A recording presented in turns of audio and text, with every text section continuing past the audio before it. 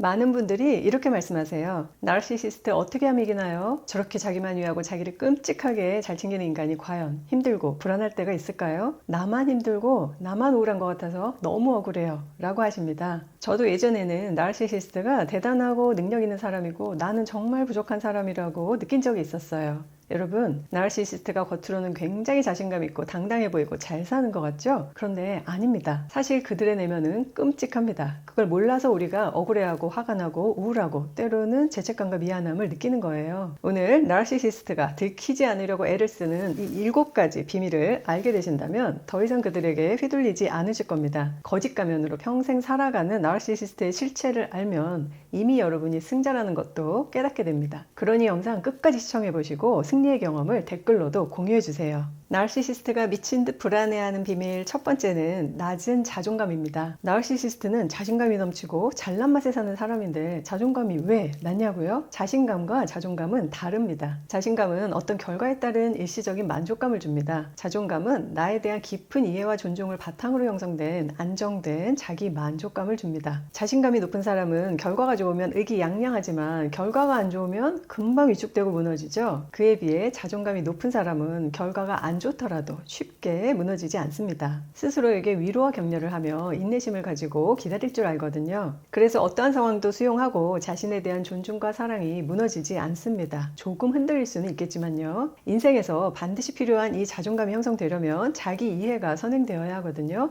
자신의 장단점을 모두 이해하고 자신의 약점도 수용하고 장점을 살리려는 노력을 꾸준히 해야 단단해지는 것이 자존감입니다. 정말로 나를 사랑해야 가능해요. 진정한 사랑이란 약점까지 수용하고 사랑하는 것이죠. 그런데 나르시시스트는 자기가 누군지조차 잘 모릅니다. 겉으로 꾸며진 가면이 진짜 자기인 줄 착각해요. 자신의 장점과 단점 모두를 인정하지 않고 단점은 숨기거나 회피합니다. 아직 발달 중인 어린아이들의 취약한 자존감을 떠올리면 쉽게 이해될 거예요. 아이들은 부모나 주변 사람들의 칭찬과 격려가 있어야 자신감을 유지하죠. 나르시시스트도 똑같습니다. 정서적인 발달 상태가 아이들 수준이라서 타인의 관심과 인정이 꼭 필요하고 스스로의 자기인식과 성찰이 어렵습니다. 아이들은 점점 커가면서 발달이 진행되고 성숙해지는데요. 나르시시스트는 세월이 흘러도 성숙이 안 되고 똑같죠.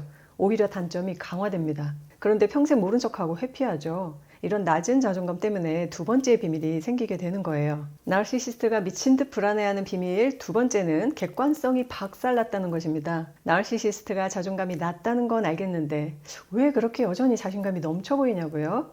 보통 사람은 자존감이 낮으면 자신감도 낮아집니다. 왜냐하면 자신이 그렇게 엄청 잘나지 않고 부족한 점이 많다는 걸 인식하기 때문이에요. 나르시시스트는 앞에서 말한 것처럼 자기 이해가 부족하죠.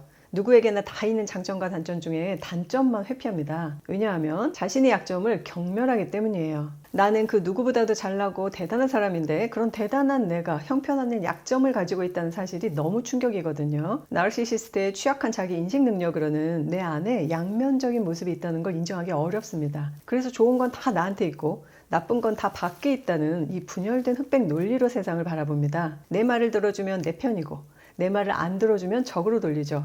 단순하고 주관적이며 객관성이 없어요. 심리학에서는 심리 발달이 이루어질수록 흑백 논리로 보는 이 분열적 관점에서 내 안에 양극단적인 측면이 다 함께 있다는 걸 알게 되는 통합적 관점으로 바뀐다고 얘기합니다. 분열에서 통합으로 가는 것이 심리적 성장과 발달이 진행되는 과정이죠. 그런데 나르시시스트는 이런 객관적이고 통합적인 관점이 결핍되어 있어요. 그래서 어린아이처럼 자기가 누군지도 모른 채 자신감이 넘치는 겁니다. 우리는 누구나 어린 시절에는 내가 누군지는 잘 모르지만 마냥 즐겁고 행복하고 자신감이 넘쳤던 시기가 있죠. 나르시시스트의 내면은 바로 그 시절에 머물러 있기에 나이가 들어 순수함은 사라졌지만 객관성은 여전히 박살난 겁니다. 나르시시스트가 미친 듯 불안해하는 비밀 세 번째는 의존성입니다. 이건 나르들이 가장 감추고 싶어하는 특징이죠. 의존성이야말로 가장 미숙한 아이 같은 특성이니까요. 나르시시스트는 자존감이 없어도 자신감은 넘치고 잘난 척하죠. 또 객관성이 박살났지만 아니라고 우기면 그만이죠. 그런데 의존성은 나르시시스트 본인도 사실은 의식하고 있습니다. 왜냐하면 자기 쪽 꼼꼼함이 없이는 못 사니까요. 누군가 내 옆에서 관심과 에너지를 끊임없이 줘야만 자신감이 유지되죠. 그래서 나르시시스트는 가만히 있지 못해요. 계속 끊임없이 먹잇감을 찾으러 다닙니다. 이게 바로 의존성입니다. 어린 아이들은 어때요? 의존적인 게 당연하죠? 아직 어려서 스스로를 책임지지 못하고 보호자의 보살핌과 보호를 받아야 생존할 수 있으니까요. 그런데 성인이 된 나르시시스트는 어때요? 머리로는 나는 너무 대단하고 잘난 사람이니까 혼자서도 잘 살 수 있어 라고 생각하지만 막상 옆에 있던 이 자기의 쪽 공급원들이 떠나가면 미친 듯이 불안해합니다. 나보다 못한 형편없는 저 존재들이 관심을 안 주면 불안하고, 감정 쓰레기통인 저 사람이 떠나가면 불안합니다. 또 나보다 잘난 사람이 날 인정해주지 않으면 불안합니다. 자신의 나약함을 인정하는 순간 내가 그동안 경멸하고 무시했던 존재들과 같은 존재라는 걸 부정할 수 없게 되니까요. 그러면 자신이 애써 구축해놓은 세계관이 무너지는 거거든요. 그래서 이 의존성을 들키지 않으려고 발악을 하면서 다음에 네 번째 특성을 무시무시하게 발휘하게 됩니다. 나르시시스트가 미친 듯 불안해하는 비밀 네 번째는 깊은 감정을 무시하기 위해 가스라이팅을 한다는 것입니다. 이 네 번째는 조금 심오한 개념인데요. 반드시 알고 계셔야 합니다. 보통 우리가 알고 있는 가스라이팅의 개념은 나의 이익을 위해서 타인을 조종하는 것이죠. 그런데 나르시시스트의 가스라이팅은 좀 더 다른 차원이 있는데요. 그게 바로 감정을 무시하기 위해서입니다. 이게 무슨 소리냐고요? 먼저 나르시시스트가 인지적 공감을 하고 약간의 반성과 후회도 한다는 건 아시죠? 다만 깊은 정서적 공감이나 진실한 반성과 사과가 없다는 건데요. 나르시시스트가 깊이 있는 감정을 못 느끼는 이유는 두 가지입니다. 기질적으로는 일반인과 다른 뇌 발달로 인해서고요. 후천적으로는 살면서 이기적인 가치관을 형성해서입니다. 즉, 공감하고 배려하는 것은 못난 패자의 행동이고, 승자는 언제나 감정을 없애고 실리를 추구한다는 신념이 있습니다. 우리가 주변을 둘러봐도요, 사회에서 성공하고 권력을 가진 사람들이 이렇게 많이 살고 있잖아요. 그들은 옳고 그름이 중요하지 않고 이기느냐 지느냐가 중요합니다. 이런 세계관에서는 감정을 무시하고 타인을 착취하고 조종하지만 죄책감을 못 느끼는 자들이 강자거든요. 사랑에 빠지고 행복을 느끼고 공감과 배려, 양보와 희생을 하는 걸 나르시시스트는 너무 혐오하는데요. 왜냐하면 첫째, 본인에게 없는 감정이기 때문이고, 둘째, 이런 상태는 반드시 강자에게 먹잇감이 되기 딱 좋은 상황이기 때문입니다. 반드시 승자여야 하는 나르시시스트는 이 권력을 지키기 위해서 가스라이팅을 합니다. 내 옆에 먹잇감을 조종해서 나에게만 관심을 갖도록, 다른 데 에너지를 쏟지 않도록, 다른 사람들과 멀어져서 내 조종에서 못 벗어나도록 만듭니다.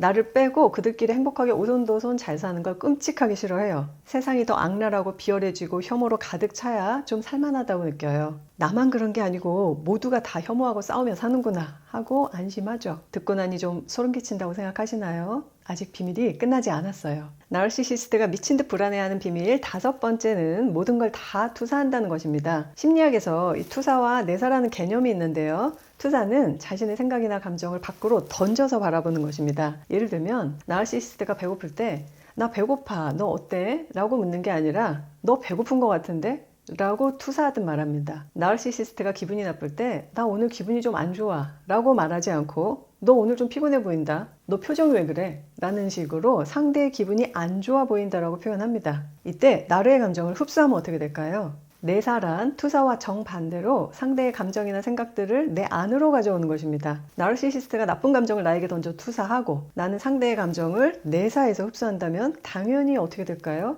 내 감정이 불쾌해지겠죠? 그래서 나에게 투사하는 나르시시스트한테 아니 난 괜찮은데 너가 더 기분이 안 좋아 보여 라고 내 느낌을 말하면요, 그러면 나르는 아니 걱정돼서 물어보는데 왜 짜증내고 그래? 참 성격 이상하네 라며 비난합니다. 그러면 난 억울해집니다. 먼저 시비 거는 건 저 사람 같은데 왜 내가 화내고 성격 이상한 사람이 될까요? 그게 투사와 내사 때문입니다. 나르시시스트는 모든 감정을 거의 다 투사합니다. 그래서 대화하다 보면 이상하게 늘 별것도 아닌 일로 화내게 되거나 싸우게 되거나 쓸데없이 감정 소모하고 에너지를 낭비하게 되죠. 진짜 에너지 뱀파이어답죠. 만일 나르시시스트에게 설명하다가 또 말싸움이 이어지면 더 이상 그들에게 감정 소모하지 말고 그만해 라고 말하세요. 더 이상 대화할 생각이 없다 라고 흥분하지 말고 얘기하세요. 그들의 투사를 절대로 내 안으로 흡수하지 마시고 내 감정을 보호해야 합니다. 이제 여섯 번째와 일곱 번째 비밀을 빠르게 알려드릴게요. 나르시시스트가 미친 듯 불안해하는 비밀 여섯 번째는 열등감과 수치심이 많다는 것입니다. 알고 보니 자존감도 낮고 객관성도 박살난 데다 감정을 무시하고 가스라이팅을 하고 모든 걸 투사하며 싸움을 거는 나르시시스트, 참 없어 보입니다. 그래서 그들이 그렇게 외적인 성공이나 명예, 돈이나 외모 등에 집착하는 거예요. 그런데 세월이 흐르면서 내가 가진 것들이 어쩔 수 없이 점점 줄어들게 되고 영원한 것은 없죠. 그런 자연스러운 현상 앞에서 보통은 우울적함과 우울을 느낄 수 있는데요. 나르시시스트는 열등감과 수치심을 강하게 느낍니다. 나이가 들어서 젊은이들에게 무시당할까봐, 동년배들에게 무시당할까봐 자식 자랑, 돈 자랑, 손주 자랑 등등을 합니다. 서로의 고민 고민이나 진심을 나누는 것보다 누가 더 잘 사나 못 사나 비교하기 위해 모임에 나갑니다. 나르시시스트가 나이가 들면 더 고약해지고 심술도 많아집니다. 우리 모두는 언젠가 다들 노인이 되는데요. 열등감과 수치심만 가진 노인이 되어 남 험담하는 데 시간을 쓰지 않기를 바랍니다. 나르시시스트가 미친 듯 불안해하는 비밀 7번째는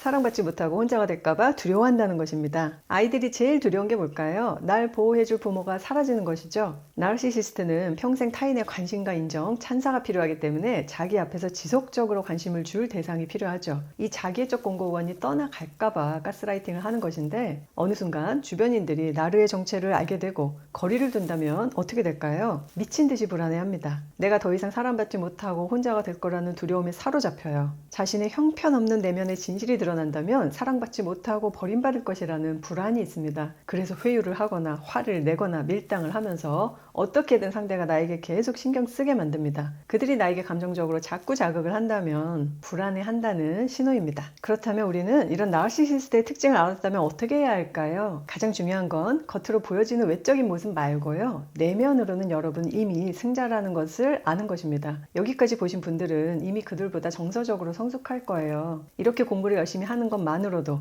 성장하고 변화하려는 의지가 있는 분들이니까요. 완벽하지 않아도 괜찮아요. 노력하는 나를 인정해주고 격려해주세요. 우리 그렇게 조금씩 성장합시다. 오늘도 시청해주셔서 감사드립니다.